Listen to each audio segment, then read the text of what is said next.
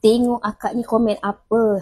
Yang tak nak overclaim kakak ni pun cakap betul mujarab. Yang mana yang gatal-gatal berair sampai menanah, yang sampai korang punya kulit sampai bersopak-sopak. Tengok akak ni cakap 4 hari korang akan nampak perbezaan dia. Yang tak nak cakap banyak-banyak atau korang yang mana dah lama gatal, tak boleh tidur malam, korang yang allergic or something, tak kisahlah korang ada melasma atau apa pun jenis kegatalan itu, korang cubalah. Okey, sebab Bioline ni dia adalah antibakteria. Kita tak tahu kat kulit kita ni bakteria jenis apa yang menyebabkan kulit kita jadi gatal. Korang sapukan saja, insya-Allah korang akan nampak perbezaan dan perubahan pada kulit korang.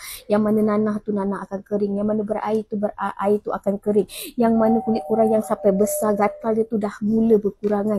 InsyaAllah korang dah boleh tidur malam. Okey, kalau korang nak cuba, tak kisahlah kegatalan kat mana, kat muka ke, kat tangan ke, kat ketiak ke, celah kelengkang, boleh korang sapu je. Sapu je macam ni, dia tak ada rasa panas, tak ada rasa berani, korang sapu. InsyaAllah ada kebaikan di dalamnya. Harga pun tak mahal, tekan